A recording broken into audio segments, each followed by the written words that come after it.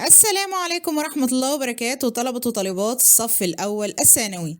النهاردة إن شاء الله هناخد درس جديد من دروس مادة الفلسفة بعنوان الفكر البيئي في مصر القديمة. كشف المصريين القدماء عن حبهم الشديد للبيئة الطبيعية، فبقدر ما حاولوا السيطرة عليها وعلى مواردها وتسخيرها لخدمة وبناء حضارتهم المبهرة، بقدر ما قدسوا هذه البيئة وظواهرها الطبيعية لدرجة العبادة. هنشوف دلوقتي يا شباب الأدلة على كلامنا، ونشوف إزاي المصري القديم كان بيحافظ على البيئة وبيحترمها. أول حاجة عندنا يا شباب كتاب الموتى. هنا المصري القديم أدرك المصري القديم إن الحفاظ على البيئة ده هو أحد وسائل التقرب للآلهة. فكان يا شباب بيكتب في كتاب الموتى اللي هو أقدم كتاب مصور، بيكتب فيه إزاي إن هو يحافظ على البيئة وإزاي من خلاله يتقرب إلى الإله.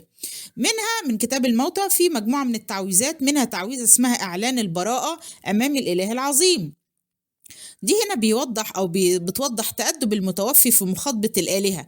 هنا المتوفي بيستهل كلامه قدام الإله، بيبدأها بقوله السلام عليك يا أيها الإله العظيم، وبيأكد هنا فيها المتوفي إن هو بيحترم الكائنات الأخرى وحقوقها، وإن هو ما قتلش حد ولم يفخخ العشاش أو يأذي أي كائن من الكائنات الأخرى.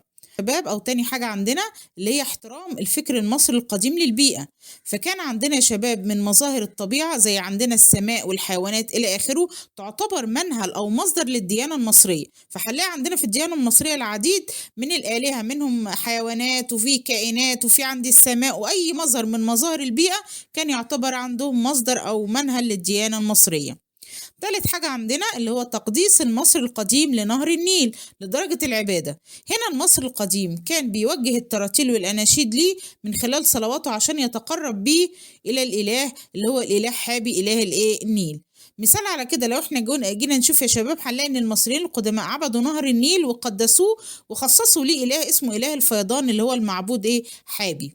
هناخد دلوقتي يا شباب اللي هو اهتمام المفكرين العرب بالبيئة وأثرها المختلف على الإنسان، ومن أهمهم هناخد علي بن رضوان وهناخد كمان عبد الرحمن بن خلدون.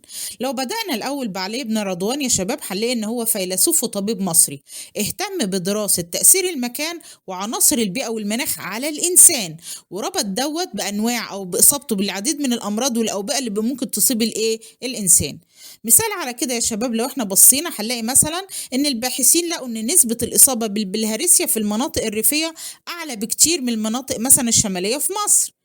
مثال تاني يا شباب ان بتستوطن بعض الامراض زي الملاريا في المناطق الحارة والاستوائية، وده نتيجة اللي فيه رطوبة وفي ارتفاع في الحرارة، فدي ظروف مثالية لتكاثر البعوض الناقل للملاريا. عندنا عبد الرحمن بن خلدون، ده فيلسوف تونسي مؤسس لعلم العمران اللي هو علم الاجتماع دلوقتي. من أهم إسهامات عبد الرحمن بن خلدون في مجال البيئة إن هو ميز بين البيئات الصالحة للعمران البشري والبيئات غير الصالحة ليه، واستعرض كمان الأقاليم الجغرافية المختلفة ووضح كمان أثرها على البشر وإزاي بتأثر من حيث الأخلاق والمهن والملابس والأقوات والمباني. وكمان قال يا شباب عن أثر الهواء في أخلاق البشر. مثال على كده مثلا يا شباب هنلاقي ان الاشخاص اللي بيعيشوا في البيئات الحاره والجافه ليهم بعض الصفات الجسميه المميزه. هتلاقي مثلا بشرتهم داكنه لانها بتحتوي مثلا على الكثير من الميلانين اللي بيحمي الجلد من اشعه الشمس. هتلاقي مثلا ان السكان اللي بيعيشوا في الجبال عندهم قوه بدنيه فائقه وصلابه ورأي وعناد، غير السكان مثلا اللي عايشين في المدينه اللي هم صفاتهم نوعا ما مختلفه عنهم.